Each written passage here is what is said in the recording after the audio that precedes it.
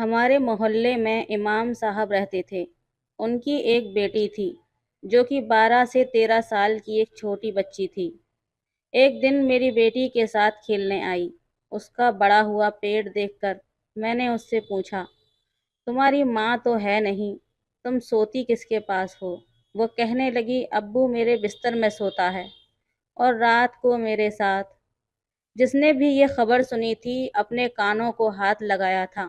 معصوم دکھنے والے لوگوں کے ایسے بھی گھنونے روپ ہو سکتے ہیں، میں سوچ بھی نہیں سکتی۔ میں اس محلے میں پچھلے 8 سال سے رہ رہی تھی، لیکن آج تک کبھی ہم نے مولوی صاحب کے بارے میں ایسی کوئی بات نہیں سنی تھی۔ وہ دیکھنے میں نہایت ہی شریف انسان تھے، 5 وقت کے نمازی تھے۔ ان کی بیوی کا انتقال اس وقت ہوا تھا جب ان کی بیٹی پیدا ہوئی تھی۔ اس وقت تو وہ پھر بھی کچھ جوان تھے، تب ان کے بارے میں ایسا کچھ نہیں سنا، تو پھر اب؟ اصل میں ان کی شادی 35 سال کی عمر میں ہوئی تھی، لیکن جیسے ہی بیٹی پیدا ہوئی بیوی انتقال کر گئی۔ لیکن انہوں نے دوسری شادی کرنے کے بجائے اپنی بیٹی کی پرورش خود کی تھی۔ بہت سے لوگوں نے مولوی صاحب کو مشورہ دیا کہ آپ دوسری شادی کر لیں، لیکن وہ کہنے لگے کہ مجھے یہ ڈر لگتا ہے کہ کہیں میری بیٹی کے ساتھ زیادتی نہ ہو جائے، آنے والی بیوی اس کے ساتھ سوتیلا برتاؤ نہ کرے۔ اگر بن ماں کی بچی کے ساتھ زیادتی ہو گئی تو میرا کیا ہوگا؟ میں اپنے رب کو کیا جواب دوں گا؟ مولوی صاحب کی بیٹی سے محبت کی مثال تو ہمارا پورا محلہ دیتا تھا، لیکن جو حقیقت اب کھلی تھی وہ سوچ کر بھی دل دہل رہا تھا۔ ہم سوچ بھی نہیں سکتے تھے کہ ایسا بھی ہو سکتا ہے۔ میں نے تو جب سے یہ خبر سنی تھی میرا دماغ بڑی الجھن کا شکار تھا۔ ہمارے محلے کی سبھی عورتیں آپس میں سر جوڑے اسی معاملے پر بحث کر رہی تھیں۔ میں بھی بازار سے سبزی لینے گئی تھی۔ جب اپنی گلی میں آئی تو رقیہ آپا تیزی سے چلتے ہوئے میرے پاس آئیں۔ رقیہ آپا ہمارے محلے کی چلتا پھرتا اخبار تھیں۔ محلے کی کوئی بھی خبر ہوتی سب سے پہلے ہمیں رقیہ آپا سے ہی سننے کو ملتی تھی۔ جس تیزی اور جس اڑی رنگت سے وہ آئی تھیں، میں سمجھ گئی تھی کہ محلے میں کہیں نہ کچھ ہوا ہے۔ میرے پاس آ کر کہنے لگیں، شبانہ تمہیں پتہ ہے مولوی صاحب تو بڑے غلیظ انسان نکلے۔ میں نے کہا کچھ تو سوچ سمجھ کر بات کریں، مسجد کے امام ہیں اور وہ بزرگ بھی ہیں اور قابل احترام بھی ہیں، کیا کر دیا انہوں نے ایسا؟ لیکن جو خبر رقیہ آپا نے مجھے سنائی میرے تو کانوں سے دھواں نکلنے لگا۔ مجھے اپنے کانوں پر بالکل بھی یقین نہیں ہو رہا تھا کہ مولوی صاحب کا گھر تو میرے گھر کے بالکل برابر میں تھا، ایک ہی دیوار کا فاصلہ تھا۔ میں نے کہا نہیں رقیہ آپا، آپ کو کوئی غلط فہمی ہوئی ہے۔ وہ کہنے لگیں، ارے تم دیکھو تو صحیح، تمہیں خود یقین آ جائے گا۔ یہ بات انہوں نے میرے بالکل کان کے قریب آ کر کہی تھی، لیکن میں تو ابھی بے یقینی میں تھی۔ میں نے اپنے قدم آگے بڑھا دیے۔ میرا دل بڑی زور زور سے دھڑک رہا تھا۔ یہ بات کوئی معمولی یا عام بات نہیں تھی۔ مجھے لگا شاید رقیہ آپا اس عمر میں سٹھیا گئی ہیں، جو منہ میں آتا ہے بول جاتی ہیں۔ لیکن جیسے ہی میں گھر پہنچی کچھ ہی دیر بعد محلے میں ایک شور سا مچنے لگا۔ بہت سے مرد مولوی صاحب کے گھر کے دروازے کو بجا رہے تھے، کہہ رہے تھے کہ باہر نکل، مولوی کے بچے، ہم تمہیں اپنے محلے میں نہیں رکھنا چاہتے۔ ویسے تو میں نے کبھی بھی مولانا صاحب کے گھر میں جھانک کر نہیں دیکھا تھا، لیکن ہاں چھت پر آتے جاتے ہوئے میری نظر ان کے صحن میں پڑ جاتی تھی۔ اکثر تو وہ مسجد سے واپس آ کر عصر سے مغرب کے دوران بچے بچیوں کو قرآن پاک پڑھاتے تھے۔ کبھی کوئی ایسی بات نہیں ہوئی تھی۔ میری تو خود اپنی بچی مولانا صاحب کے پاس قرآن پاک پڑھنے جاتی تھی۔ یہ سوچ کر میرا دل خوف سے ہچکولے مار رہا تھا۔ میرا دل اس قدر بے چین تھا کہ سمجھ نہیں آ رہا تھا کہ کیا ہو رہا ہے۔ مولانا صاحب اپنے گھر کا دروازہ نہیں کھول رہے تھے۔ کہنے لگے، یہ میرے گھر کا معاملہ ہے، خدا کے لیے آپ لوگ واپس چلے جائیں۔ میں اپنے گھر میں بیٹھی ساری آوازیں سن رہی تھی، لیکن میری اتنی ہمت نہیں ہوئی کہ چند سیڑھیاں چڑھ کر چھت کی جانب جانے والی جینے کی منڈیل سے جھانک کر برابر والے گھر میں دیکھوں کہ آخر قصہ کیا ہے۔ میں چپ چاپ گمسم سی ہو کر بیٹھی تھی اور ساری آوازیں سن رہی تھی۔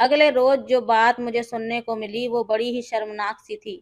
محلے کی عورتیں کہنے لگیں کہ مولوی صاحب شاید بچی کے بالغ ہونے کا انتظار کر رہے تھے۔ جیسے ہی بچی نے کچھ عمر اور کچھ قد نکالا، مولوی صاحب اپنے جذبات کو قابو میں نہیں کر پائے۔ توبہ توبہ، آج کل تو سگے بھائی سگے باپ کا بھی کوئی بھروسہ نہیں رہا۔ دیکھنے میں کیسے نیک بنتے تھے اور کرتوت دیکھو۔ محلے کے لوگوں کی جتنے منہ اتنی باتیں تھیں۔ یہ سن کر مجھے بھی خوف سا محسوس ہونے لگا تھا۔ میرے شوہر کا کام بیرون ملک میں تھا، میں یہاں پر اپنی بیٹی کے ساتھ اکیلی رہتی تھی۔ پہلے تو مجھے کبھی اکیلے میں خوف محسوس نہیں ہوا تھا، لیکن آج رات کو تو جیسے مجھے نیند ہی نہیں آ رہی تھی۔ میں تو اس بات سے بڑی مطمئن تھی کہ میرے گھر کے برابر میں بڑا ہی دیندار شخص رہتا ہے، مولوی صاحب رہتے ہیں، اور گلی محلے کے لوگ بھی بڑے ہی شریف انسان ہیں۔ کوئی خطرہ نہ تھا۔ پچھلے 8 سال سے میں نے کوئی بات نہیں سنی تھی، اور جو بات اب سنی تھی اس نے تو مجھے خوف زدہ کر دیا تھا۔ اگلے روز میری آنکھ الٹیوں کی آوازیں سن کر کھلی۔ میں فوراً سے اپنے کمرے سے باہر آئی۔ یہ آواز مجھے مولوی صاحب کے گھر سے آ رہی تھی۔ میں نے جلدی سے چھت پر جانے والی سیڑھیاں چڑھیں اور ہلکا سا سر اٹھا کر برابر والے گھر میں جھانکنے کی کوشش کی۔ جو منظر میں نے اپنی آنکھوں سے دیکھا، میرا دل دھڑکنا بھول گیا۔ روبینہ کو میں 4 مہینے بعد دیکھ رہی تھی۔ چھوٹی سی 12-13 سال کی معصوم سی بچی صحن میں ہی بنے واش بیسن پر الٹیاں کر رہی تھی۔ مولوی صاحب اس کے کندھے کو دبا رہے تھے، اسے تسلی دے رہے تھے کہ تم بہت جلدی ٹھیک ہو جاؤ گی۔ لیکن جیسے ہی میری نظر روبینہ کے وجود پر پڑی، میرا تو دل کانپ اٹھا۔ اسے دیکھ کر لگ رہا تھا جیسے 2-3 مہینے کی پریگننٹ ہو۔ میرے دل میں جو تھوڑا بہت شک اور شبہ تھا، اب تو اس پر بھی یقین کی مہر لگ گئی تھی۔ یہ دیکھ کر تو میں نے فیصلہ کر لیا کہ اب چپ نہیں رہنا چاہیے، ہمیں ایسے شخص کے خلاف قدم اٹھانا چاہیے تاکہ دوبارہ کوئی ایسا ظلم اپنی بیٹی کے ساتھ نہ کرے۔ محلے کی عورتیں روزانہ میرے گھر آتی تھیں، کیونکہ ایک میرا ہی گھر مولوی صاحب کے گھر کے قریب تھا، اس لیے کبھی رقیہ آپا آ کر ہماری منڈیر سے برابر والے گھر میں جھانک جھانک کر دیکھنے کی کوشش کرتیں، اس بات کی تصدیق کرنا چاہ رہی تھیں جو اب میں کر چکی تھی۔ سب عورتیں میری بات سن کر آنکھیں پھاڑ کر دیکھنے لگیں، کہنے لگیں ہمیں تو یقین نہیں آ رہا۔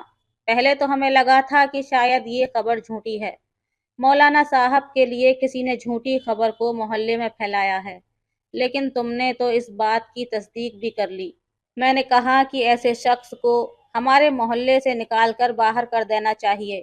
جو انسان اپنی بیٹی کے ساتھ یہ گناہ کر سکتا ہے، وہ دوسروں کی بیٹیوں کے ساتھ کیا نہیں کر سکتا، اور ہمارا تو محلہ بدنام ہو جائے گا۔ ویسے بھی مسجد سے مولانا صاحب کو نکال دیا تھا تو محلے میں رکھنے کا کیا فائدہ۔ میری بات سن کر محلے والے ایک بار پھر سے مولانا کے دروازے پر پہنچ گئے۔ کہنے لگے کہ گھر سے نکلو ورنہ پولیس میں رپورٹ کرا دیں گے، ہم ایسے شخص کو اپنے محلے میں نہیں رکھ سکتے۔ اس بار مولانا صاحب نے گھر کا دروازہ کھول دیا، ورنہ 4-5 دن سے وہ گھر کے اندر ہی بند تھے۔ سب مردوں کو غصے میں دیکھ کر وہ کہنے لگے کہ تم لوگوں کو شرم نہیں آتی، ایک باپ کے اوپر ایسا الزام لگاتے ہوئے۔ میں بھلا کیوں اپنی بچی کے ساتھ ایسا گناہ کروں گا؟ میری بچی کو ایسا کوئی مسئلہ نہیں ہے، اس کو شاید گردوں کا مسئلہ ہے، اس لیے اس کا پیٹ پھول رہا ہے اور اسے الٹیاں آ رہی ہیں۔ یہ سن کر کچھ دیر کے لیے سب لوگ چپ ہو گئے، شاید مولانا صاحب کی بات میں کچھ صداقت ہو۔ پھر محلے کے لوگوں نے کہا، گھر کے قریبی ہاسپٹل میں ہم آپ کی بیٹی کو لے جاتے ہیں اور اس کے سارے ٹیسٹ کرواتے ہیں۔ اگر آپ سچے ہوئے تو آپ کی بیٹی کا علاج ہم سب محلے والے مل کر کروائیں گے، لیکن اگر آپ جھوٹے ہوئے تو پھر اس کا انجام اچھا نہیں ہوگا، آپ کو یہ محلہ خالی کر کے جانا پڑے گا۔ مولوی صاحب کہنے لگے کہ نہیں، میں اس کا حکیمی علاج کروا رہا ہوں، اس کے لیے مجھے آپ لوگوں کی مدد کی ضرورت نہیں ہے۔ یہ بات سن کر میں بھی اپنے گھر کا دروازہ کھول کر باہر آ گئی، کیونکہ باہر عورتیں بھی کھڑی ہوئی تھیں۔ میں نے کہا، مولانا صاحب جھوٹ بول رہے ہیں، اگر یہ سچے ہوتے تو یہ کبھی بھی ڈاکٹر کے پاس لے جانے پر اعتراض نہ کرتے۔ میری بات سن کر مولوی صاحب نے مجھے بڑی حیرت سے دیکھا تھا۔ کہنے لگے، بہن تم بھی ان لوگوں کی باتوں پر یقین کر رہی ہو؟ میں نے کہا، مولوی صاحب میں نے تو خود دیکھا ہے، اب میں اتنی بھی بے وقوف نہیں ہوں کہ سمجھ نہ سکوں۔ اگر آپ سچے ہیں تو کیوں گھبرا رہے ہیں؟ ایک بار ٹیسٹ ہونے دیں، سارا سچ سامنے آ جائے گا، ورنہ تو آپ ہی جھوٹے پڑیں گے۔ لیکن مولوی صاحب اس بات کو ماننے کو تیار نہ تھے کہ ہم ان کی بیٹی کا ٹیسٹ کروا کر سچ کو سامنے لا سکیں۔ انہوں نے دروازہ بند کر دیا، کہنے لگے کہ میرے معاملات میں کوئی بھی نہ بولے۔ اب تو سب لوگ ہی مولانا صاحب کو برا بھلا کہنے لگے کہ یہ شخص جھوٹا ہے، اسے اس محلے سے نکال دینا ہے، یہی ہمارے لیے بہتر ہے۔ پولیس اسٹیشن پر جا کر سب محلے والوں نے مل کر مولوی کی شکایت لگا دی۔ جب پولیس کی گاڑی ان کے گھر کے پاس کھڑی ہوگی تبھی یہ سیدھا ہوگا، اور پھر یہی ہوا۔ میں خود محلے کی عورتوں کے ساتھ پولیس اسٹیشن گئی تھی، محلے کے کافی مرد بھی شامل تھے۔ ہم نے جا کر مولوی صاحب کے خلاف رپورٹ کرائی، پولیس نے بھی اس بات کا ایکشن لیا۔ مولوی کے گھر پہنچ گئے، وہ کہنے لگے کہ آپ کو اس بات پر کیوں اعتراض ہے؟ آپ ایک بار ٹیسٹ کروا لیں، اگر آپ کی بچی کو واقعی میں گردوں کا مسئلہ ہے تو محلے والے اس کا علاج کروانے کو تیار ہیں، پھر آپ کیوں انکار کر رہے ہیں؟ مولانا صاحب کہنے لگے کہ میں نے کہا ہے نا، میرے گھر کا معاملہ ہے۔ وہ کہنے لگے، نہیں مولانا صاحب، یہ آپ کے گھر کا معاملہ نہیں ہے، یہ گناہ ہے جس کو آپ چھپانا چاہتے ہو۔ ہم آپ کی بیٹی سے سوال جواب کرنا چاہتے ہیں، ہم پوچھنا چاہتے ہیں کہ آخر مسئلہ کیا ہے۔ مولانا صاحب اس بات پر بھی راضی نہ تھے کہ اپنی بیٹی کو پولیس والوں کے سوالوں کے جوابوں کے لیے پیش نہیں کروں گا، کیونکہ تمام لوگ مولانا صاحب کے خلاف ہی جا رہے تھے۔ پولیس والوں کے ساتھ لیڈیز کانسٹیبل بھی آئی تھیں۔ انہوں نے اس بچی کو باہر بلایا اور ہم سب عورتوں کے ساتھ ہاسپٹل میں لے جایا گیا۔ اس بچی کی ساری رپورٹس کروائی گئیں، جس کا خرچہ محلے والوں نے اٹھایا تھا۔ اب سب کو ان رپورٹس کا انتظار تھا، کیونکہ نتیجہ رپورٹس آنے کے بعد ہی پتہ چلتا کہ آخر سچ کیا ہے۔ رات کو میں سو رہی تھی تو مجھے مولوی صاحب کے گھر سے رونے کی آواز آ رہی تھی۔ میں نے ذرا سا جھانک کر دیکھا تو مولوی صاحب جا نماز پر بیٹھ کر گڑ گڑا کر رو رہے تھے، شاید اپنے گناہوں کی معافی مانگ رہے تھے کہ ان کے گناہوں پر پردہ پڑ جائے، لیکن سچ کو کون ٹال سکتا ہے۔ چند دن بعد ہی اس بچی کی رپورٹ بھی آ گئی۔ رپورٹس مولانا صاحب کے خلاف تھیں، ان سے ثابت ہو گیا تھا کہ بچی پریگننٹ ہے، اسے گردوں کا کوئی مرض نہیں ہے۔ اب تو مولانا صاحب کو دھکے دے کر محلے سے باہر کر دیا تھا، لیکن چند دن بعد جو خبر سننے کو ملی وہ بہت ہی عجیب و غریب تھی۔ مولوی صاحب اپنی بیٹی کو لے کر اس محلے سے نکل گئے اور ایک سنسان سی جگہ پر انہوں نے اپنی بیٹی کے سامنے خودکشی کر لی۔ ایک مولوی ہو کر ایک حرام موت کا مر جانا ہم سب کے لیے حیران کن تھا۔ ایک تو گناہ کیا اور اوپر سے بدنامی۔ اب تو سب مولانا صاحب کو برا بھلا کہنے لگے۔ ان کی بچی بہت زیادہ بیمار تھی، اسے ہاسپٹل میں ایڈمٹ کروا دیا گیا، اسے بار بار دوڑے پڑ رہے تھے، لیکن عجیب بات یہ تھی کہ وہ بار بار اپنے باپ کا ہی نام لے رہی تھی، ان کو یاد کر کر کے رو رہی تھی۔ جب ہم اس سے پوچھتے کہ آخر مسئلہ کیا ہے تو وہ کچھ بھی نہیں کہتی، چپ ہو جاتی، کہتی کہ میرے باپ نے مجھے سچ بتانے سے منع کیا ہے اور میں سچ جانتی بھی نہیں ہوں۔ مجھے کچھ نہیں پتا کہ میرے ساتھ گناہ کرنے والا کون تھا، لیکن میں یہ جانتی ہوں کہ میرا باپ ایک دیندار اور نہایت ہی شریف انسان تھا، وہ میرے ساتھ ایسا گناہ کر ہی نہیں سکتا۔ ہم نے کہا کہ سارے ثبوت تمہارے باپ کے خلاف جا رہے ہیں، اور تم بھی یہی کہہ رہی ہو کہ تمہیں نہیں معلوم کہ تمہارے ساتھ گناہ کرنے والا کون تھا۔ وہ کہنے لگی کہ پتہ نہیں، جب بھی میں ربڑی والا دودھ پیتی تھی تو مجھ پر بے ہوشی کا خمار چھانے لگتا تھا، اور اس کے بعد میں بالکل بے ہوشی میں چلی جاتی تھی۔ جب مجھے ہوش آتا تو مجھے لگتا جیسے میرے پورے جسم میں درد ہو رہا ہے یا میرے جسم سے جان باقی نہیں رہی، لیکن میں اس کے علاوہ کچھ بھی نہیں جانتی۔ کچھ مہینے پہلے میری طبیعت بہت زیادہ خراب ہو گئی تو ابو مجھے ڈاکٹر کے پاس لے گئے۔ میں نہیں جانتی کہ اس ڈاکٹرنی نے میرے والد سے کیا کہا، لیکن واپس آ کر میرے ابو پھوٹ پھوٹ کر روئے تھے۔ مجھے اپنے پاس بلایا، مجھ سے اس بارے میں پوچھنے لگے، تو میں نے کہا کہ مجھے تو کچھ بھی یاد نہیں، اور مجھے واقعی کچھ یاد نہیں تھا۔ انہوں نے کہا کہ ہمارا معاشرہ بہت ہی برا ہے، سچ کی تصدیق کوئی نہیں کرے گا لیکن الزام سب لگائیں گے، اس لیے تم کسی کے سامنے اپنی زبان مت کھولنا، میں سب سنبھال لوں گا۔ پھر وہ کہنے لگے کہ مجھے نہیں معلوم، لیکن میرا دل کہتا ہے کہ میرے ابو بے قصور تھے۔ یہ سن کر ہم لوگ پھر سوچنے پر مجبور ہو گئے کہ آخر سچ کیا ہے۔ اس لیے ہم نے اپنے محلے میں اس گلی میں لگے ہوئے خفیہ کیمرے کی فوٹیج نکلوائی تاکہ دیکھ سکیں کہ آخر مولوی صاحب کے گھر میں زیادہ تر آتا جاتا کون تھا۔ جب ہم نے فوٹیج دیکھا تو ہم نے دیکھا کہ زیادہ تر تو مولانا صاحب ہی اپنے گھر میں آتے جاتے تھے۔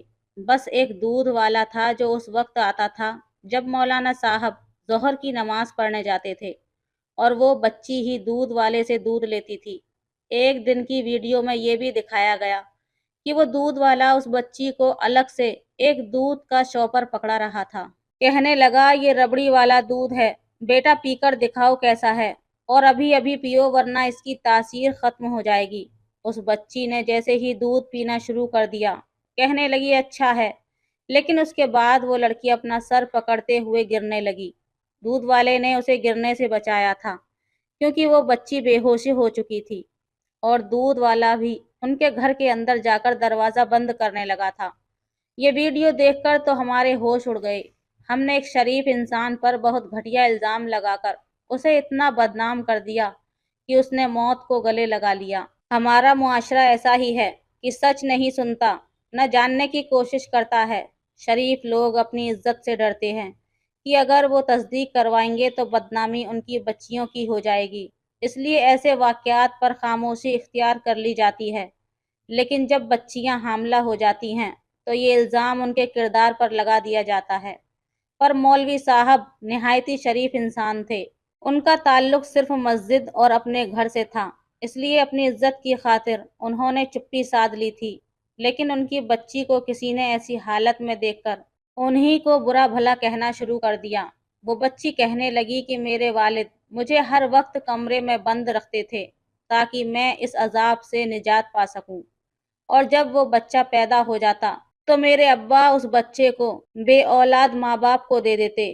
لیکن ایک دن رقیہ آپا نے مجھے دیکھ لیا اور پھر میری بدنامی کرنی شروع کر دی، میرے باپ کو برا بھلا کہنا شروع کر دیا۔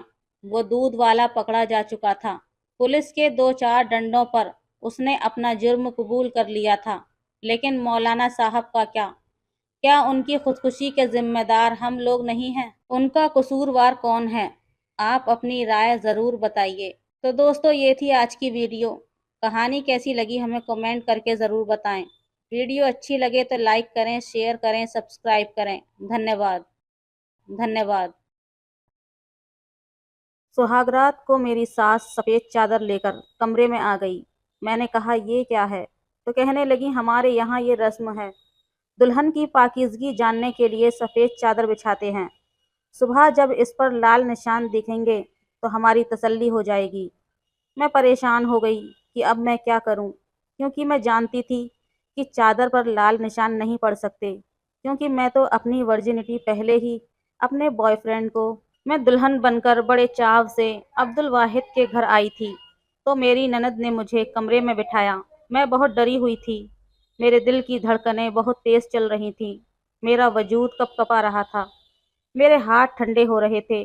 مجھے میری نند نے عبد الواحد کے کمرے میں بٹھا دیا۔ جیسے جیسے وقت گزر رہا تھا مجھے ڈر لگ رہا تھا، کچھ ہی دیر میں عبد الواحد کمرے میں آ جائیں گے، یہ سوچ کر میری جان نکل گئی تھی۔ ابھی میں اپنی انہی سوچوں کا تانا بانا بن رہی تھی کہ کمرے کا دروازہ کھلا، سامنے عبد الواحد تھا۔ اسے دیکھ کر تو جیسے مجھے ایسا لگا میرا اگلا سانس ہی نہیں آئے گا، کیونکہ دل کو کچھ ہونے والا تھا، اس کا خوف مجھے کھا جائے گا۔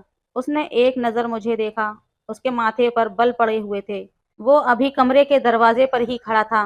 کمرے کا دروازہ زور سے اس نے بند کیا تھا۔ میرے دل کو تو دروازے کے بند ہونے پر کچھ یوں لگا جیسے سینے میں ہی تھم گیا ہو۔ کچھ دیر کے بعد میرے کمرے کا دروازہ دوبارہ کھلا۔ میری ساس بڑی بدحواسی سے اندر داخل ہوئی۔ ان کے ہاتھ میں ایک سفید رنگ کی چادر تھی۔ کہنے لگی کہ ایک تو شادی کے ہنگامے میں بھول گئی تھی، عبد الواحد نے تو 10 منٹ کے اندر اندر مجھے مہمانوں کے سامنے ہی ذلیل کر کے رکھ دیا۔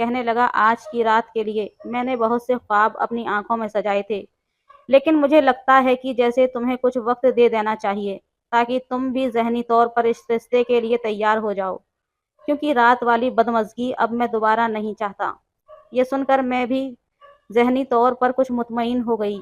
میں بھی یہی چاہتی تھی کہ وہ میرے پاس نہ آئے، کیونکہ اس کے پیچھے بہت بڑی وجہ تھی، لیکن یہ کب تک ممکن تھا؟ وہ مجھے 4 دن دے دیتا، 1 ہفتہ دے دیتا، زیادہ سے زیادہ 1 مہینہ۔ اس کی آنکھوں میں برفی دیکھ کر مجھے سمجھ آ رہا تھا کہ میں عبد الواحد کے جذباتوں کو زیادہ وقت تک نہیں روک سکتی۔ وہ میرے چہرے کی طرف بڑی غور سے دیکھ رہا تھا اور میں بدحواس تھی۔ نہ میرے دل میں کوئی امنگ تھی، نہ میری شادی میری مرضی کے مطابق ہوئی تھی۔ یہ بھی نہیں تھا کہ یہ کوئی زبردستی کا بندھن تھا، لیکن بہرحال میرا سارا خوف اس بات سے بیٹھ گیا کہ میرے لیے موت کا پیغام آ جاتا اگر رات کو میں نے میڈیسن نہ کھائی ہوتی۔ وہ کہنے لگا کتنی خوبصورت اور معصوم ہو، تمہیں دیکھ کر میرا دل مجھے بے ایمانی پر اکسا رہا تھا، لیکن بہرحال تمہارا خیال رکھنا بھی میری ذمہ داری ہے۔ یہ کہہ کر وہ وہاں سے اٹھ کر کمرے سے باہر گیا۔ تھوڑی دیر بعد میری ساس میرے لیے دودھ کا گلاس لے کر آئی۔ مجھے دودھ پلا کر انہوں نے مجھے سونے کے لیے کہا۔ میں دوبارہ سے بیڈ پر لیٹ کر سو چکی تھی۔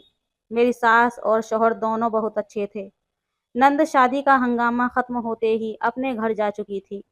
عبد الواحد نے مجھے 2-3 دن تک کچھ نہیں کہا، بس مجھے اپنے رشتے کی یاد کرواتا رہا، لیکن ان 3 دنوں میں یہ جان چکی تھی کہ وہ کبھی بھی استعمال کی گئی چیز اپنے استعمال میں نہیں لاتا۔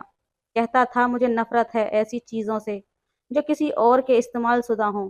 ایک بار کھانے کے دوران میرے گلے میں مرچی لگ گئی۔ میں بے اختیار عبد الواحد کا گلاس لے کر پانی پینے لگی۔ جب میں نے پانی کا گلاس واپس رکھا تو اس نے مجھے تو کچھ نہیں کہا، لیکن اپنے لیے دوسرے گلاس میں پانی ڈالنے لگا۔ میں نے کہا آپ اسی گلاس میں پانی پی لیں، یہ آپ کا ہی گلاس ہے۔ وہ کہنے لگا نہیں، میں کسی کا جھوٹا پانی نہیں پیتا۔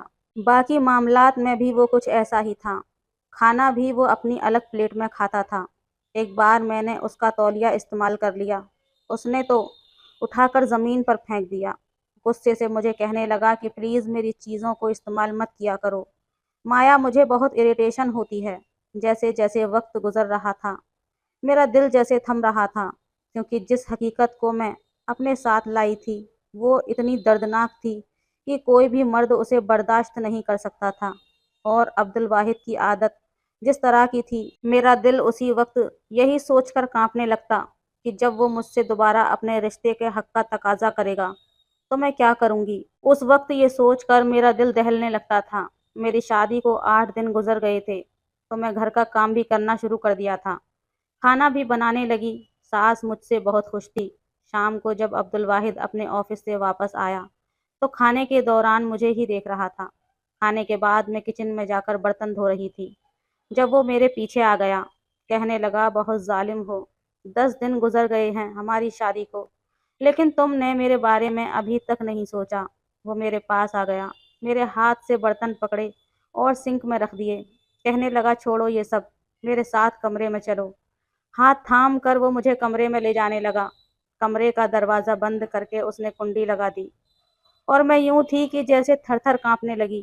میرا پورا وجود لرز رہا تھا، میری دھڑکنیں بری طرح سے چل رہی تھیں، مجھے گھٹن کا احساس ہو رہا تھا، میری حالت خراب ہونے لگی، چہرے کی رنگت بھی پھیکی پڑنے لگی۔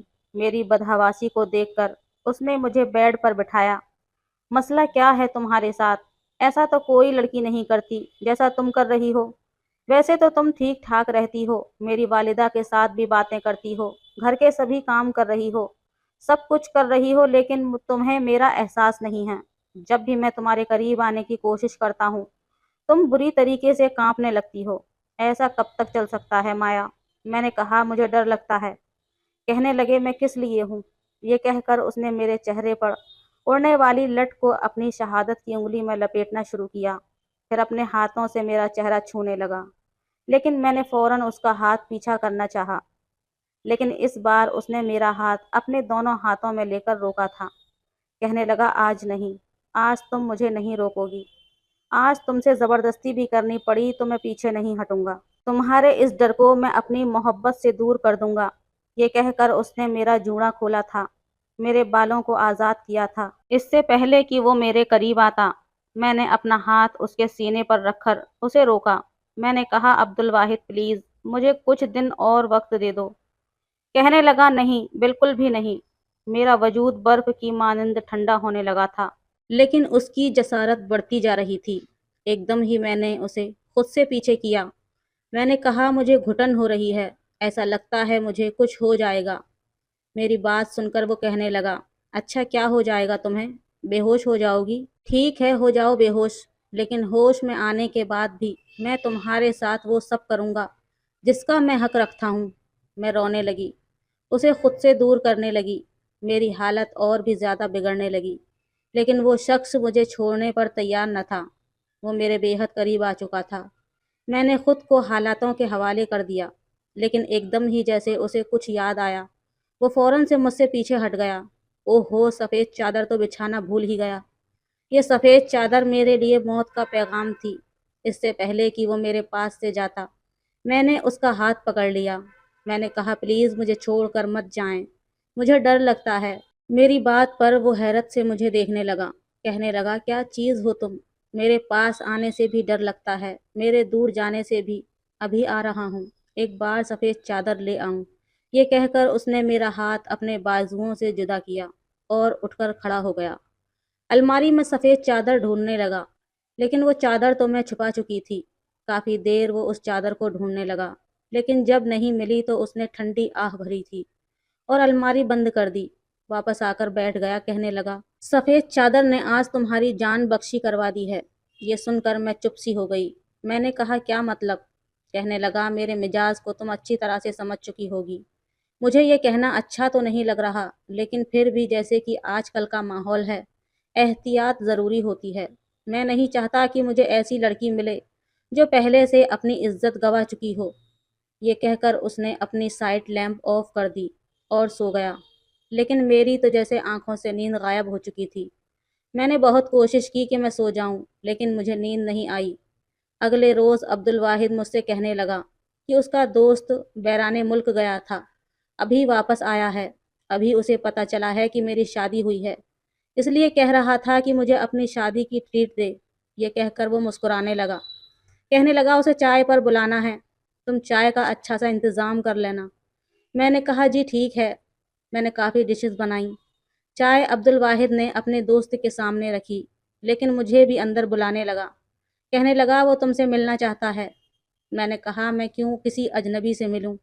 وہ آپ کا دوست ہے۔ وہ کہنے لگا، یہ میرا بہت ہی بیسٹ فرینڈ ہے، اس لیے تمہیں اسے اجنبی کہنے کی کوئی ضرورت نہیں، بہت ہی شریف لڑکا ہے۔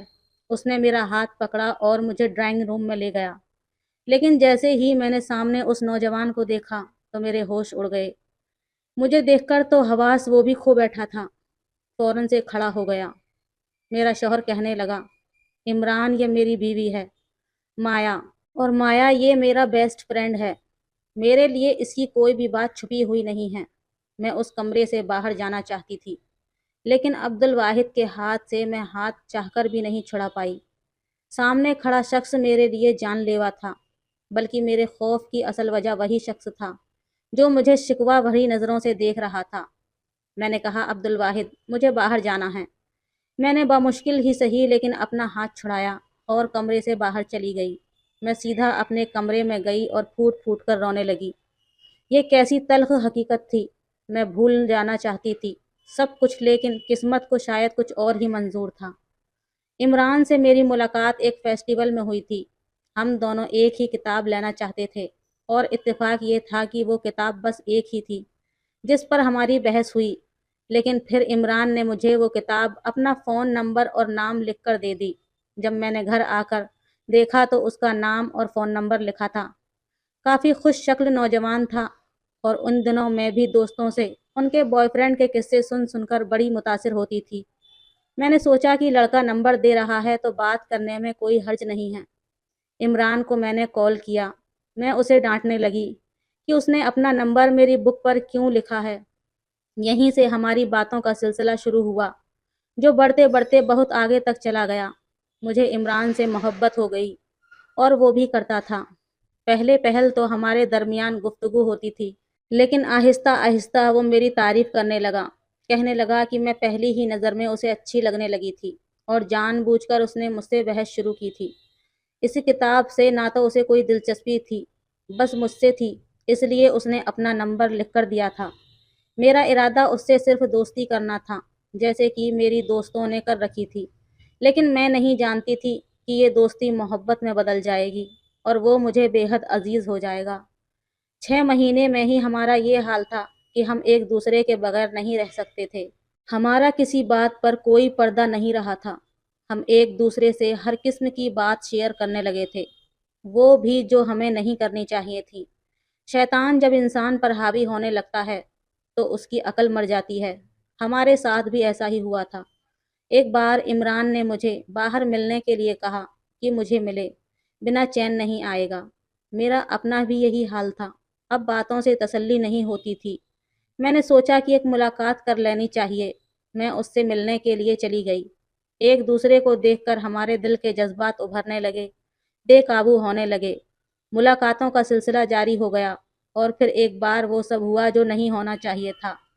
میں نکلی تو کالج کے لیے تھی، لیکن اصل مقصد عمران سے ملاقات کرنا تھا۔ اسے یہ کہنا تھا کہ وہ اپنے گھر والوں کو رشتے کے لیے بھیجے۔ وہ بھی یہی چاہتا تھا، لیکن کہنے لگا کہ وہ اپنے بڑے بھائی کے پاس جا رہا ہے، 3 سال بعد واپس لوٹے گا اور تب ہی ہمارا رشتہ مانگ سکتا ہے۔ 3 سال میں وہ ٹھیک ٹھاک سیٹل ہو جائے گا تو میرے گھر والوں کو بھی اس رشتے پر اعتراض نہیں ہوگا۔ یہ سن کر میری آنکھوں میں آنسو بہنے لگے۔ میں نے کہا، عمران، میں 3 سال تک کیسے گزاروں گی تمہارے بغیر؟ میں تو مر جاؤں گی۔ آنکھیں تو اس کی بھی نم تھیں۔ پتہ ہی نہیں چلا کہ میں اس کے قریب ہو گئی، اس کے کندھے پر سر رکھ کر رونے لگی۔ ہم لوگ اس وقت ایک پارک میں موجود تھے جہاں رش نہ ہونے کے برابر تھا۔ صبح صبح کا وقت تھا، میں اور عمران تھے۔ میرے یوں رونے پر وہ بوکھلا گیا، میرا سر ہلا کر تسلی دینے لگا، کہنے لگا، تم دل برا مت کرو، لیکن یہ تو تمہیں سہنا ہی پڑے گا، ورنہ تمہارے والدین کبھی بھی میری چھوٹی موٹی نوکری پر تمہارا رشتہ مجھ سے تو نہیں کریں گے۔ میں اس کے ساتھ لگ کر روئے جا رہی تھی۔ پتہ نہیں کب عمران پر بے خودی سی چھانے لگی۔ وہ مجھے اپنے ایک دوست کے گھر لے آیا جو بالکل خالی تھا۔ خالی گھر دیکھ کر پہلے تو میں گھبرا رہی تھی، لیکن مجھے عمران پر بھروسہ تھا۔ وہ مجھے ایک کمرے میں لے گیا، کہنے لگا، میں تمہارے بغیر وہاں پر کیسے جاؤں گا؟ مجھے ایک یادگار ملاقات دے دو تاکہ میں وہاں پر جب بھی اداس ہو جاؤں تو میں تمہیں یاد کروں۔ یہ سن کر پہلے تو میں نے انکار کیا، لیکن اس کی محبت کے سامنے میں بے بس تھی، اس لیے زیادہ اعتراض نہیں کر پائی۔ اس دن ہم دونوں نے ساری حدیں پار کی، ہمیں خود ہی اندازہ نہیں ہوا۔ وہ ایک ملاقات میری زندگی بھر کا روگ بن گئی۔ جب ہوش آیا تو میں اپنا سب کچھ کھو بیٹھی تھی، اس لیے روئے جا رہی تھی۔ وہ کہنے لگا، میں تم سے کبھی بھی بے وفائی نہیں کروں گا۔ میں نے کہا، مجھے ڈر لگ رہا ہے، دیر ہو گئی تو میں کیا کروں گی؟ کہنے لگا، نہیں ہوگی دیر، ابھی تم صرف انٹر میں ہو، جب تک تمہاری پڑھائی مکمل ہوگی میں واپس آ جاؤں گا، بلکہ اس سے پہلے ہی آ جاؤں گا، بس تم شادی مت کرنا۔ میں نے پہلے 3 سال تک اس کا انتظار کیا تھا، لیکن وہ نہیں آیا۔ پہل تو وہ مجھے دبئی سے کال پر بات کیا کرتا تھا، لیکن پھر اس کی کال آنی بند ہو گئی، اس کا فون بند جانے لگا۔ میں نے بہت رابطہ کرنے کی کوشش کی، لیکن رابطہ نہیں ہوا۔ 4 سال میں نے اس کا انتظار کیا، لیکن وہ نہیں آیا۔ میرے رشتے آنے لگے تھے، میں کبھی کوئی بہانہ کرتی، کبھی کوئی، لیکن عبد الواحد کے رشتے میں کوئی بھی ایسی بات نہ تھی کہ میں انکار کر سکتی۔ وہ خوبصورت تھا، ہینڈسم تھا، ہر لحاظ سے اچھا تھا، میں انکار نہیں کر سکتی تھی۔ میرے والدین میری اس سے شادی کروانا چاہتے تھے، اس لیے میری شادی عبد الواحد سے ہو گئی۔ لیکن جیسے ہی سفید چادر بچھائی گئی، میں عجیب کشمکش میں گھر گئی، کیونکہ وہ جان جاتا کہ میں با کردار نہیں ہوں۔ اب تو عمران میرے سامنے آ کر کھڑا ہو گیا تھا۔ وہ کیوں آیا تھا جب 3 سال تک کہہ کر 4 سال میں بھی نہیں آیا تھا؟ تو کیوں میری زندگی برباد کرنے آ گیا تھا؟ میں تو پہلے ہی بڑی مشکل سے اپنی زندگی گزار رہی تھی۔ میرا شوہر بغیر سفید چادر کے مجھے اپنانے کے لیے تیار نہ تھا۔ اسے میری پاکیزگی کا ثبوت چاہیے تھا، جو میں کھو چکی تھی۔ شام سے رات ہو گئی، عبد الواحد کمرے میں آیا، مجھے روتے دیکھ کر پوچھنے لگا۔ میں نے کہا، میرے سر میں بہت درد ہے۔ وہ کہنے لگا، چلو ڈاکٹر کے پاس لے جاتا ہوں۔ میں نے انکار کر دیا۔ میں نے کہا میں میڈیسن کھا چکی ہوں، کچھ دیر میں آرام ہو جائے گا۔ کہنے لگا عمران میرا بہت ہی گہرا دوست ہے، میں چاہتا تھا کہ تم بھی ہمارے ساتھ بیٹھ کر باتیں کرتی، لیکن تم تو وہاں رکی ہی نہیں۔ میں نے کہا میرے سر میں بہت زیادہ درد تھا، اس لیے میں واپس کمرے میں آ گئی۔ وہ کہنے لگا کہ میرے دوست کے ساتھ بہت برا ہوا ہے۔ میں نے کہا کیا برا ہوا ہے؟ عبد الواحد کہنے لگا کہ عمران ایک لڑکی سے محبت کرتا تھا، بے تحاشا اسے چاہتا تھا، اس کی خاطر بیرون ملک بھی چلا گیا تھا، لیکن وہاں 1 سال کے بعد اس کا ایکسیڈنٹ ہو گیا جس میں اس کی ایک ٹانگ ضائع ہو گئی۔ ابھی بھی وہ اسٹک سے چلتا ہے۔ اس ایکسیڈنٹ میں اس کا موبائل تک ٹوٹ گیا تھا، اس لیے اس لڑکی سے اس کا دوبارہ رابطہ نہیں ہوا۔ جس کمپنی میں اسے نوکری ملی تھی انہوں نے ہی اس کا علاج بھی کروایا، لیکن اسے 4 سال کا پابند کر لیا کہ جیسے ہی وہ ٹھیک ہوگا دوبارہ سے نوکری جوائن کرے گا اور 4 سال تک واپس انڈیا نہیں جائے گا۔ اس لڑکی سے وہ چاہ کر بھی کوئی رابطہ نہیں کر پایا کیونکہ اس کا نمبر اسی فون میں سیو تھا جو ٹوٹ چکا تھا۔ اب واپس آیا ہے تو اسے پتہ چلا ہے کہ اس لڑکی کی شادی ہو چکی ہے۔ اس لڑکی نے اس کے ساتھ بے وفائی کی ہے، اس کا انتظار تک نہیں کیا، بس یہی بتانے آیا تھا۔ پھر کہنے لگا تمہیں پتہ ہے میں شادی کی رات سفید چادر کیوں رکھنا چاہتا تھا؟ میں نے پوچھا کہ کیوں؟ وہ کہنے لگا اس لڑکی نے محبت میں میرے دوست کو اپنی عزت دینے سے بھی گریز نہیں کیا تھا، اور اب کسی اور کے ساتھ شادی کر کے مطمئن زندگی گزار رہی ہے۔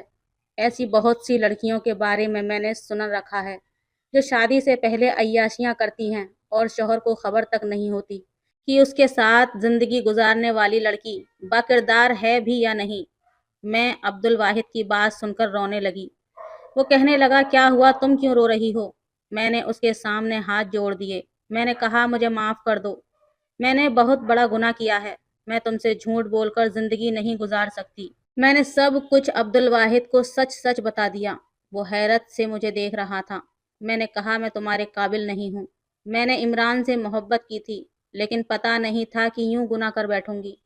میں نے 3 سال اس کا انتظار کیا تھا، مجھے لگا اس نے بے وفائی کی ہے، میں نہیں جانتی تھی کہ اس کے ساتھ حادثہ پیش آیا ہے۔ شادی کے بعد مجھے یہی خوف تھا کہ تم جان جاؤ گے، تم مجھے رکھو گے نہیں، مجھے طلاق دے دو گے، اس لیے میں چاہتی تھی کہ میں تمہیں سچ بتا دوں، لیکن تمہاری عادت کو دیکھ کر میں خوف زدہ ہو گئی تھی۔ تم استعمال شدہ چیز استعمال ہی نہیں کرتے تھے، پھر مجھے کیسے اپنا سکتے تھے؟ لیکن آج میں نے تم سے اپنی ہر بات کہہ دی ہے، چاہو تو مجھے معاف کر دو، چاہو تو سزا دے دو۔ میری بات سن کر اس کی آنکھیں غصے سے سرخ ہو گئیں۔ وہ کہنے لگا یہ کیسی محبت تھی تمہاری جس میں تم نے اپنی عزت گنوا دی؟ پھر کہنے لگا محبت اور عزت ایک ساتھ صرف عورت کو اس کا محرم ہی اسے دے سکتا ہے، غیر محرم نہیں۔ مجھے عمران کی یہ بات بہت بری لگی تھی کہ اس نے محبت میں ایک لڑکی کی عزت مانگ لی، اور میں ہمیشہ اس کو اس بات پر بہت برا بھلا کہتا تھا کیونکہ یہ بات بہت ہی غیر مناسب ہے۔ پھر کہنے لگا میں نے اپنا ہر جذبہ سنبھال کر رکھا تھا کہ میری ہر چیز پر میری بیوی کا حق ہوگا، میری محبت پر، میرے دل پر۔ تم سے رشتہ ہوا تو میرا دل خود بخود تمہاری طرف راغب ہونے لگا تھا، تم سے جو میری محرم بن گئی تھی۔ نکاح کے 2 بولوں نے میرے دل میں تمہارے لیے خود بخود محبت پیدا کر دی۔ بے شک مجھے استعمال کی ہوئی چیز پسند نہیں ہے، لیکن تم میری بیوی ہو۔ میاں بیوی ایک دوسرے کا لباس ہوتے ہیں، اور لباس انسان کو پردے میں رکھتا ہے، اس کے عیب کو بھی چھپا لیتا ہے، اس لیے میرا فرض ہے کہ میں تمہارا یہ عیب چھپا لوں۔ یہ کہہ کر اس نے میرا ہاتھ تھاما، میں پتھر کی بن گئی۔ میں سوچ بھی نہیں سکتی تھی کہ عبد الواحد کا دل اتنا بڑا بھی ہو سکتا ہے۔ بس 1 منٹ لگا تھا، میرے دل میں عبد الواحد کی محبت عمران سے کئی گنا بڑھ چکی تھی، چاہے جانے کے قابل تھا، وہ مجھے معاف کر چکا تھا، عمران سے دوستی بھی ختم کر چکا تھا۔ اس کے بعد عمران کبھی گھر نہیں آیا ہمارے، نہ ہی عبد الواحد نے کبھی اس کا ذکر کیا۔ میری شادی کو 8 سال بیت چکے ہیں، ہمارے 2 بچے ہیں۔ عبد الواحد نے مجھ سے کبھی بھی میرے عتیت کے حوالے سے مجھے طعنہ نہیں دیا، اور میرا یہ حال ہے کہ میں اس کی دیوانی ہو چکی ہوں۔ اس کی زبان سے نکلا ہوا ہر لفظ میرے لیے حکم کا درجہ رکھتا ہے۔ اصل محبت وہی ہے جو اپنے محرم سے کی جاتی ہے، کیونکہ وہ آپ کو محبت کے ساتھ عزت بھی دیتا ہے۔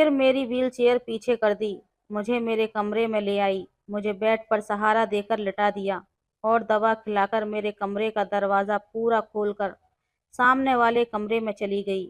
زور سے اس دروازے کو بند کیا جس کمرے میں وہ آج کل رہنے لگی تھی۔ اس کمرے کا ایک دروازہ باہری طرف بھی کھلتا تھا۔ جس طرح کی آوازیں اس کے کمرے سے آتی تھیں وہ سن کر میں موت کی طرف جا رہا تھا۔ مجھے اپنی بے جان ٹانگوں پر اب غصہ آنے لگا تھا۔ میں نے بے بسی سے اپنی ٹانگوں پر مکے مارنے شروع کر دیے۔ اگر میں ٹھیک ہوتا تو جان سے مار ڈالتا اس آدمی کو جس کے ساتھ میری پتنی ہنس ہنس کر باتیں کر رہی تھی۔ اس بند کمرے میں اور بھی نہ جانے کیا کیا کر رہے تھے۔ جب ایک مرد اور عورت کمرے میں تنہا ہوتے ہیں تو اس کے آگے کا خیال سوچ کر ہی میری روح کانپ جاتی تھی، لیکن میں مجبور تھا۔ ایک بار میں نے ٹھان لیا کہ میں آج اس آدمی کو چھوڑوں گا نہیں، اس لیے بڑی مشکل سے میں وہیل چیئر پر بیٹھا اور سائڈ ٹیبل سے پسٹل نکالی اور کمرے سے باہر نکل گیا۔ سامنے کمرے سے اب بھی ہنسنے اور باتیں کرنے کی آوازیں آ رہی تھیں۔ میں کمرے کے ہال سے جھانک رہا تھا۔ جو منظر میری آنکھوں نے دیکھا، میرے ہوش اڑ گئے تھے۔ میں نے غصے سے دروازہ پیٹنا شروع کر دیا۔ جیسے ہی دروازہ کھلا، سامنے کھڑے آدمی کو دیکھ کر میرے ہاتھ میں پکڑی پسٹل گر چکی تھی، کیونکہ سامنے تو میرا ہی۔ وہ اپنے ہوش اڑا دینے والا حسن لیے میرے سامنے بیٹھی تھی، مجھے الجھی ہوئی نظروں سے دیکھ رہی تھی۔ میں نے اپنے منہ میں سگریٹ کا لمبا سا کش لے کر دھواں اڑاتے ہوئے کہا، مس مسکان، میری طرف سے کوئی زور زبردستی نہیں ہے، آپ اپنے فیصلے پر آزاد ہیں۔ ایک طرف 20 لاکھ کا چیک تھا اور دوسری طرف میرج پیپر۔ میں نے اپنی گن چیئر پر ٹیک لگاتے ہوئے اس حسین لڑکی کے چہرے کی بےبسی کو دیکھا اور من ہی من مسکرایا تھا۔ اس کی نظریں کبھی 20 لاکھ کے چیک پر جا کر ٹک جاتیں جس کی اسے اس وقت بہت زیادہ ضرورت تھی، تو کبھی ان پیپروں پر جن پر سائن کر کے وہ میری پتنی بن جاتی۔ عورت اگر حسین ہو اور اس پر بے بس ہو اور مجبور بھی ہو تو اس کی بے بسی سے کھیلنے میں مجھے اور بھی مزہ آتا تھا۔ اس لیے میں جس قدر مسکان کی بے بسی سے مزہ اٹھا سکتا تھا اٹھا رہا تھا۔ اس کی آنکھوں میں جھلملاتے آنسو میرے اندر اکڑ کر بیٹھا میری انا کو بہت ہی سکون پہنچا رہا تھا۔ اس لڑکی کے لیے شاید یہ فیصلہ کرنا بڑا مشکل تھا۔ میں نے مسکان کو اس دوراہے پر لا کر کھڑا کر دیا تھا۔ اس کا باپ اس سمے اسپتال کے ICU میں زندگی اور موت کی جنگ لڑ رہا تھا اور اپنے باپ کی زندگی بچانے کے لیے اپنی بڑی بڑی آنکھوں میں آنسو لیے میرے سامنے بے بس بیٹھی تھی۔ اس وقت اس کے گیلے گلابی آنکھیں میرے چین چرا رہی تھیں۔ پھر اس نے کانپتی آنکھوں سے پیپر پر سائن کر دیے۔ میرے چہرے پر بھرپور مسکراہٹ چھا گئی تھی۔ میں سمجھا کہ میں نے پھر ایک نازک سی کلی کو خرید لیا ہے، اسے بھی 4 دن اپنے کمرے کی شوبھا بناؤں گا اور پھر کسی فالتو چیز کی طرح سے پھینک دوں گا۔ مسکان کے ساتھ میری شادی پہلی شادی تھی۔ اس سے پہلے میں نے جتنا بھی لڑکیوں کا استعمال کیا تھا بنا شادی کے ہی ان کے ساتھ راتیں رنگین کیا کرتا تھا اور جب من بھر جاتا تھا تو انہیں چھوڑ دیتا تھا، لیکن مسکان سے میری شادی ایک شرط تھی۔ جب اس نے میری شرط مانی تھی تو مجبوری میں بھی اس کی شرط مان لی تھی۔ میرے لیے عورت شاید اتنی ہی اہم تھی کہ جس کے ساتھ کچھ دن یا کچھ مہینے گزر جائیں، مگر میں نہیں جانتا تھا کہ مسکان کس آفت کا نام ہے۔ وہ کوئی عام لڑکی نہ تھی، بہت بڑی بلا تھی۔ ہاں، وہ ایک بلا ہی تھی جو مجھے نگل گئی۔ میں نے بڑی خوشی سے مسکان کے سائن کیے ہوئے شادی کے پیپرز کو اٹھایا تھا اور اپنا بھی سائن کر دیا۔ میرے روم کی تیسری کرسی پر وکیل بھی بیٹھا ہوا تھا، انہوں نے باقی کی کارروائی کی تھی۔ اب وہ حسین سی لڑکی مسکان چودھری سے مسکان ڈوگرا بن گئی تھی، وکاس ڈوگرا کی پتنی بن چکی تھی، لیکن بس کچھ ہی مہینوں کے لیے، جب تک میرا اس سے دل نہیں بھر جاتا۔ میں نے ایک گری ہوئی سی نظر مسکان پر ڈالی تھی، وہ صرف میرا دل بہلانے کے لیے تھی۔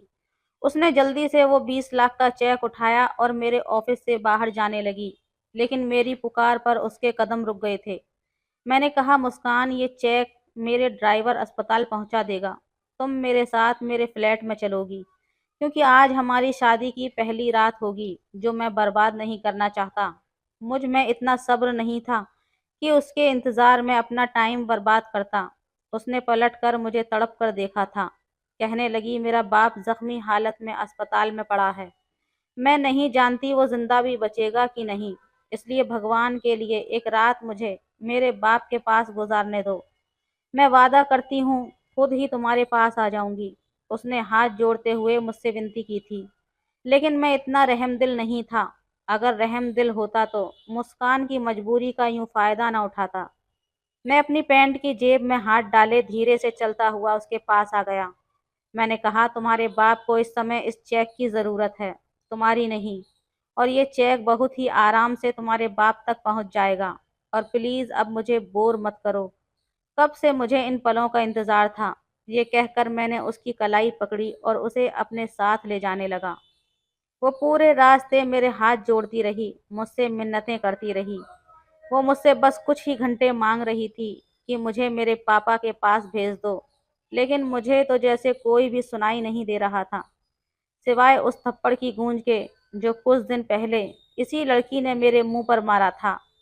میرے اندر لگی آگ شاید اس کی بے بسی اور اس کے بہتے آنسو دیکھ کر بجھنی تھی، اس لیے میں بس گاڑی چلاتا رہا، اس کی کسی بھی بات پر دھیان نہیں دیا۔ میں ایک بہت ہی امیر اور عیاش ٹائپ کا 30 سال کا نوجوان تھا۔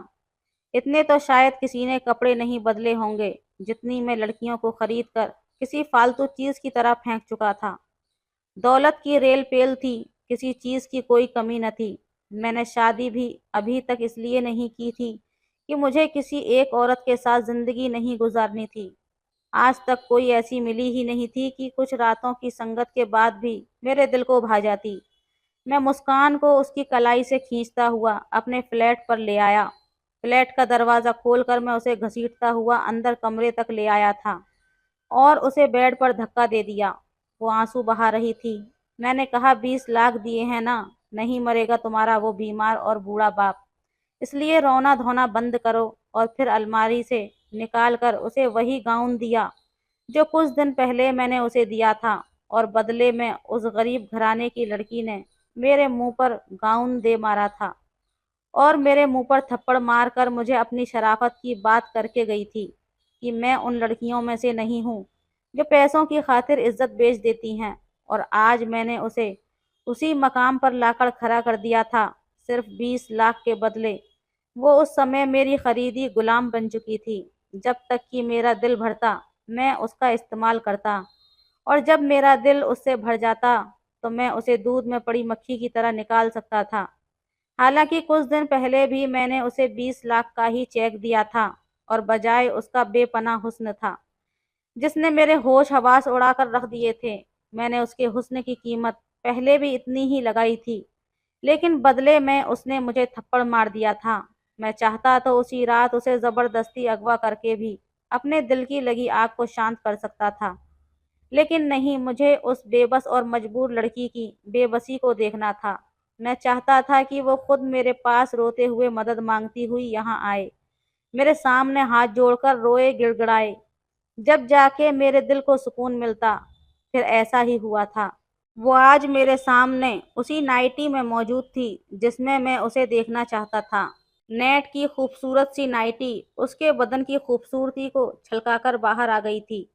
وہ اپنے آپ کو چھپانے کی کوشش کر رہی تھی، اور اس کی یہ حرکت دیکھ کر میرے لبوں پر مسکراہٹ پھیل گئی تھی۔ میں نے کہا، اب کوئی فائدہ نہیں ہے خود کو مجھ سے چھپانے کا۔ اب تم میری بن چکی ہو، اور میں تمہارے ساتھ وہ سب کچھ کر سکتا ہوں جو میرا دل چاہے گا۔ میرے کہنے پر وہ تڑپ اٹھی تھی۔ کہنے لگی، نفرت ہے مجھے تم جیسے امیر بگڑے ہوئے لڑکوں سے۔ تم نے صرف میرا شریر پایا ہے، لیکن میرے دل میں تمہارے لیے صرف نفرت بھری ہے۔ میں اپنے باپ کی جان بچانے کی خاطر خود کو تمہارے ہاتھوں بیچ چکی ہوں، یا یوں کہو کہ میں اپنی زندگی اپنے باپ کی خاطر داؤ پر لگا دی ہے۔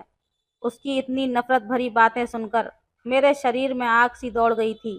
میں نے کس کر اس کو اپنی باہوں کے شکنجے میں جکڑا تھا، اتنی زور سے کہ اس کی سسکی نکل گئی تھی۔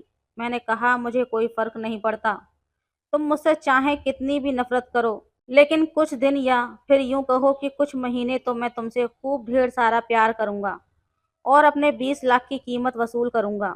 اس کے بعد تم مجھ سے آزاد ہو۔ یہ کہہ کر میں نے اس کے خوبصورت سے بدن کو چوم لیا تھا۔ اس کے بعد میں نے وہ سب کچھ پا لیا جس کی مجھے ضد تھی۔ مسکان میرے پاپا کے آفس میں کام کرنے والی ایک چھوٹی سی ورکر تھی جس کی تنخواہ بھی بہت کم تھی۔ ایک بار میں کسی کام کی وجہ سے اپنے پاپا کے آفس میں گیا اور ان سے کچھ ڈاکیومنٹ سائن کروا کر ان کے کمرے سے باہر نکل گیا کہ تبھی اچانک میری نظر مسکان پر پڑی تو اس کے ہوش اڑانے والے حسن کو دیکھ کر میرا دماغ گھوم کر رہ گیا تھا۔ بلیک کرتا، اس پر پنک کلر کا بڑا سا دوپٹہ شولڈر پر پھیلائے، وہ چپ چاپ سے کمپیوٹر کی اسکرین پر نظریں جمائے تیزی سے کی بورڈ پر انگلیاں چلا رہی تھی۔ میرے بس اچانک سے ہی نظر اس کی طرف اٹھی تھی، لیکن اس کے حسن کو دیکھ کر تو نظریں پلٹنا ہی بھول گیا تھا۔ شاید میری نظروں کی تپش کا اثر تھا کہ مسکان الجھن کا شکار ہوئی تھی۔ عورتیں خود پر اٹھنے والی ہر نظر کو پہچان جاتی ہیں اور یہ سکس سینس تو ان میں نیچرل ہوتا ہے۔ شاید اس لیے مسکان نے مجھے بڑی ناپسندیدہ نظروں سے گھورا تھا۔ میرے مسکراہٹ اور بھی گہری ہو گئی تھی۔ میں کسی کام سے پاپا کے آفس میں آیا تھا، لیکن مسکان کی خوبصورتی نے مجھے مجبور کر دیا تھا کہ میں واپس پاپا کے کیبن میں گیا۔ میں ان سے مسکان کے بارے میں پوچھنے لگا تو وہ کہنے لگے کہ وہ کچھ ہی مہینے پہلے ان کے آفس میں کام کر رہی ہے، بہت ہی اچھی اور محنتی لڑکی ہے۔ میں نے کہا مجھے بھی ایک ایسی ہی لڑکی کی ضرورت ہے۔ اگر آپ مسکان سے کہیں کہ وہ میرے آفس میں کام کر لے تو میری مشکل آسان ہو جائے گی۔ میرے پاپا کو بھلا کیا اعتراض ہو سکتا تھا، اور ویسے بھی پاپا میری کسی بات کو ٹال نہیں سکتے تھے۔ میں ان کی اکلوتی اولاد تھا۔ بس پاپا کو میری ایک ہی بات سے پرابلم رہتی تھی کہ میں زندگی میں میچیور کب ہوں گا۔ آئے دن لڑکیوں سے میری دوستی پر بھی پاپا سوال اٹھاتے رہتے تھے۔ میری ماں بھی چاہتی تھی کہ اب میں شادی کر کے سیٹل ہو جاؤں، لیکن میں شادی کے جھنجٹوں میں پڑنا نہیں چاہتا تھا۔ میں آزادی سے کھل کر اپنی زندگی کو انجوائے کرنا چاہتا تھا۔ میں نے اپنا ایک الگ سے فلیٹ لے رکھا تھا۔ زیادہ تر میں اپنی اسی فلیٹ میں رہتا تھا اور لڑکیوں کو بھی وہیں پر لے کر جاتا۔ ممی پاپا کے ساتھ بہت کم رہتا تھا۔ یوں مسکان کو میرے آفس میں شفٹ کر دیا گیا۔ میں نے سب سے پہلے کام یہی کیا کہ اس کی تنخواہ بڑھا دی۔ وہ خوش ہو گئی تھی، لیکن اب تک اسے میرے ارادوں کی خبر نہیں تھی۔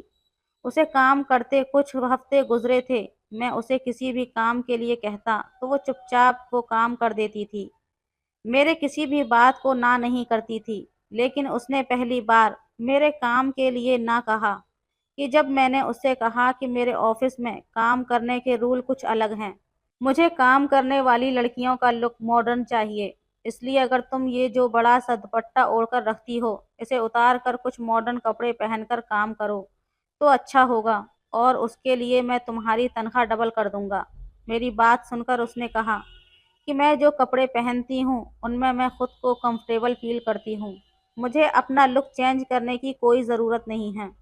جب میں تمہارے پاپا کے آفس میں کام کرتی تھی تب بھی انہیں مجھ سے کوئی دقت نہیں تھی، اس لیے تم مجھے واپس اپنے پاپا کے آفس میں بھیج دو تو اچھا ہے، کیونکہ مجھے یہ سب کرنا منظور نہیں ہے۔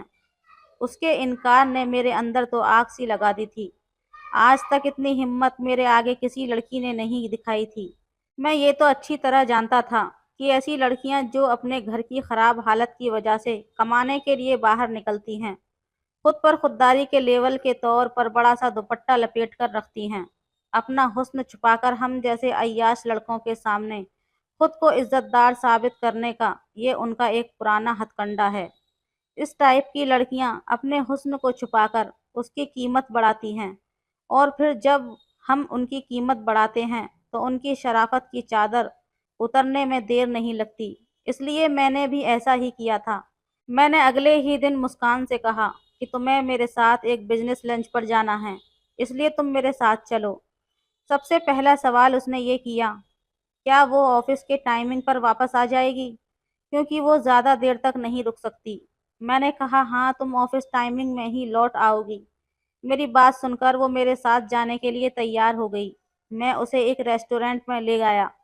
میرے کچھ کلائنٹ وہاں موجود تھے۔ میٹنگ اور لنچ کے بعد وہ چلے گئے۔ میں مسکان کو بہانے سے اسی ہوٹل کے کمرے میں لے آیا، لیکن جب میں نے اسے اپنے ارادے کے بارے میں بتایا تو وہ غصے سے لال ہو گئی تھی۔